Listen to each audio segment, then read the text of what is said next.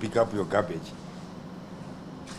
it's now going to attract heavy penalties on those people. So citizens and us who are here, be warned. We want to remain people that are cleanliness, because cleanliness is close to holiness. We are not going to have Zimbabwe deteriorate into a democracy and poorly defined like the way citizens are trying to do now, where you do whatever you want to do or you say whatever you want to say, including insulting leadership of the country, and you expect to get away with it. It's criminal. And some people, it's treasonous. The law will take its course, and it will be ruthless upon those who are going to throw litter anyway. We want to live in a clean environment where we're not scared of cholera, we're not scared of dysentery or any other disease, or we don't have these drug dealers all over. It's very difficult now to identify and arrest drug dealers if we allow what is obtaining now to continue happening as it is. We are putting a stop to that. We've been given this mandate by His Excellency, the head of state and first secretary of ZANU-PF, to put a stop to all these ills without fear and favor, and no apologies to make. 567. Yes, 567. Thank you, Honorable Chair. Tafazgwa asked issues to do coming back to the night vending. I think the answer is a big no, a capital lettered no to night vending. Are there any designated areas for vendors to operate from during the day? You may want to know that in terms of the call to action blueprint as pronounced by His Excellency in November 2023 on no compromise to service delivery, local authorities including Harare City Council were requested to produce master plans. A master plan will tell you where you find commercial districts, will tell you where you find bus stops, will tell you where you find vending areas, will tell you where you find hotels and so on and so forth. And these designated areas are already there. We have got such area at Coca-Cola Junction, we have got such area near Qualcomm, and many other designated areas which people, these small traders or vendors deliberately wanted to avoid, obviously for maybe the reason of wanting to follow where the routes for combis. We are going to look into the combi movement in terms of the urban transport system. We are looking into that. It's work in progress right now. So yes, we've got designated areas, and we want to follow to the Latin spirit the issue of ensuring that we implement our master plans. There is no business in us tasking the local authorities to produce master plans and then we don't implement or operationalize those master plans. So the time for creating a business district of your own making at any place you choose is over. We want to be want to run our local authorities in a well-planned, well-governed, and well-managed approach. That's what we are mandated to do. And we are inviting the media and every citizen or resident to join us, ensuring that we have got cities that adhere to the dictates of the vision of Zimbabwe becoming an upper middle income economy status by 2030. That's what we are doing. And our master plans are speaking to Vision 2030. The enterprise resource planning systems which are used by our local authorities, and we've already approved that, are speaking to Vision 2030. The valuation roles in terms of what are the assets our local authorities do have are speaking to Vision 2030. What has been outstanding is the behavior of residents and citizens, which was not aligned to Vision 2030 dictates. And this is the beginning of ensuring that we align our characteristics, our behavior to the dictates of Vision 2030. Well-planned, well-governed settlements. And these urban areas, they are part of settlements. We may also want to know that we have got business times for the legitimate operators. The same business times designated for legitimate operators must apply to the vendors. The time we start work and the time we finish work. All those are well documented in the bylaws of the local authorities in the city of Harare, under the Urban Councils Act, under the Rural Councils Act, and under the Regional Town and Country Planning Act. The law is very clear, and we are happy that we have got the law enforcement agencies with us here who are going to be assisting us to ruthlessly enforce the law so that there is order. My second question was on licenses. We have got some vendors who are going to wholesalers and other manufacturers buying commodities that are then being sold at night. I want to correct that. We don't have a situation where during the day we've got people selling mangoes and tomatoes, and at night we've got people selling different things. They are the same people that have been selling during the day who decide to extend their operational time to night, and these people are causing a lot of confusion, a lot of litter all over our streets, a lot of urinating all over the shore. We cannot allow that to happen if we want to achieve what we've been mandated to achieve of an upper middle income society by 2030.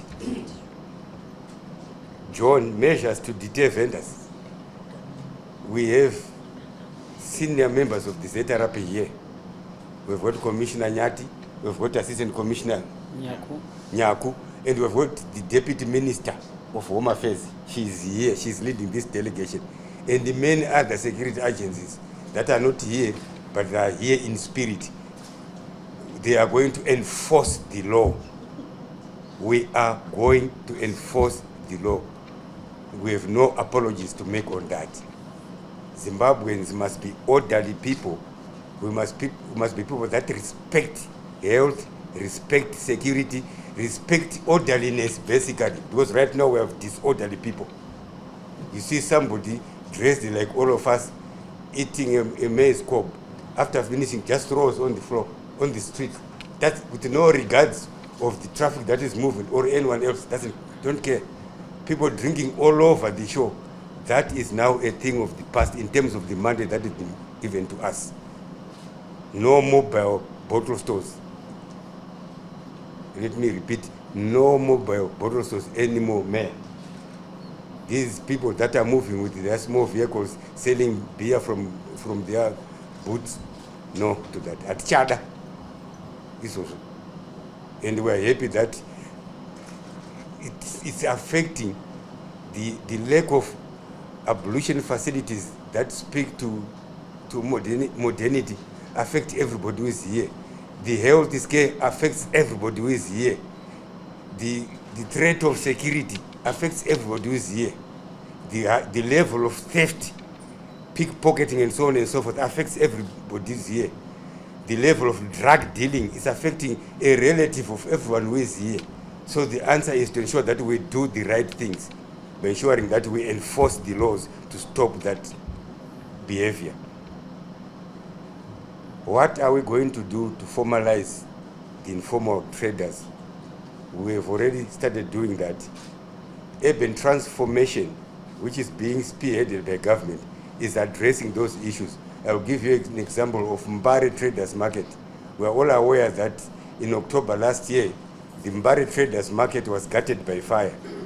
When that ugly incident took place, His Excellency declared it a state of disaster and then directed immediately the Minister of Local Government and Public Works, working together with other ministries, Minister of Women Affairs, Minister of Home Affairs, Minister of Industry and Commerce, Minister of Health, to come up with modern global standards trading facilities for vendors as a way of transforming our urban areas. In 2-3 weeks' time, you are going to be witnessing the commissioning of phase 1 of the Mbare Traders Market. But for those who wish to go, please visit Mbare and see the new Traders Market of global standards. That's the direction that the President wants us to take this country to.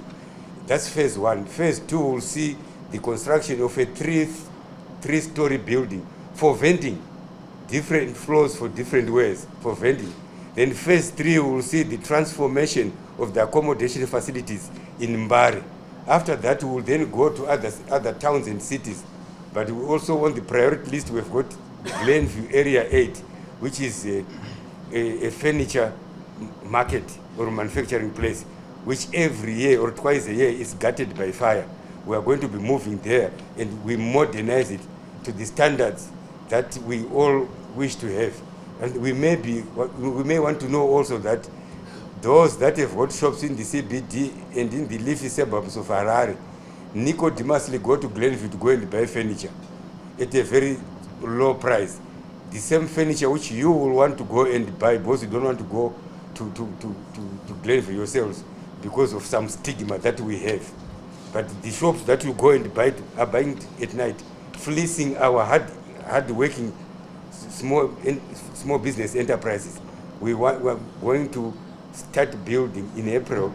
Our investors will be on site to start working on the upgrading and modernization of the Glenview Area 8 furniture market. I think I have covered all the issues that I was asked. Perhaps maybe before we hand over. By being responsible citizens. Because in every activity, there are laws which regulate how we behave, how we conduct ourselves. The same applies to the combi operators. You know, it's said, honorable ministers, for Harare alone, we have close to 16,000 combis, but only 2,500, let's say 3,000, are registered. The rest are playing hide and seek with the law. Yet the government has put in place regulatory mechanisms to assist people to get into business. They don't want. They want to take money, put it in the pocket, no safety for the Zimbabweans, no compliance. Roads need to be maintained. Police officers need to be paid by the government. Where is the money coming from? The next thing you say, government is not providing a service. What contribution have you made? So first and foremost, all combis must be registered. And the combi operators must lead by example in their operations by being responsible Zimbabweans. Then we come to the enforcement. We have made it clear through the Commissioner General of Police, Stephen Mutamba, police officers who take action against any police officer, I'm happy the PS is here, the Deputy Minister is here, who try to endanger the lives of Zimbabweans by doing things which are not according to police standards. But we also said, when you are arrested, you are not being killed. You are being taken to ensure that the law takes its course. Why do you want to run away? Why do you want to run away? Comply with the law. If you have to go to court, you go to court. If you have to pay a fine, you pay a fine. Then you go back to your business. But sadly, because people are not registered, they are operating as if mashanga. So that's why they want to run away, because they don't want to pay fines, they don't want to comply with the law. So there's no going back in enforcing the government's laws. And we are not apologetic about that, Honorable Minister. So we are also aware that because people, they want to derail government's programs, there are now people who are now circulating old videos of some people fighting the police officers, old video of even people trying to disarm police officers or to remove it. We have said we will take action. Anyone who will try to interfere with the police duties will only have himself or herself to blame. That's why we're saying we want Zimbabweans to be responsible citizens, because the government has put in place laws for you to make money, but make money following the law. So definitely we will take action. Even the issue of corruption, Honorable Minister. Recently we had a problem because we are arresting officers alone. When they go to court, the witnesses abscond, officers are acquitted. We've now said we will take action on both sides, the police officer and the person who is offering money. So people should not fool themselves and think that then no complain and we will also arrest you. We want Zimbabweans to change their attitude for the development of the country, honestly, and they ensure that whatever we are doing, what is our contribution? Zimbabweans, you will not have a problem. Thank you, Honorable Minister.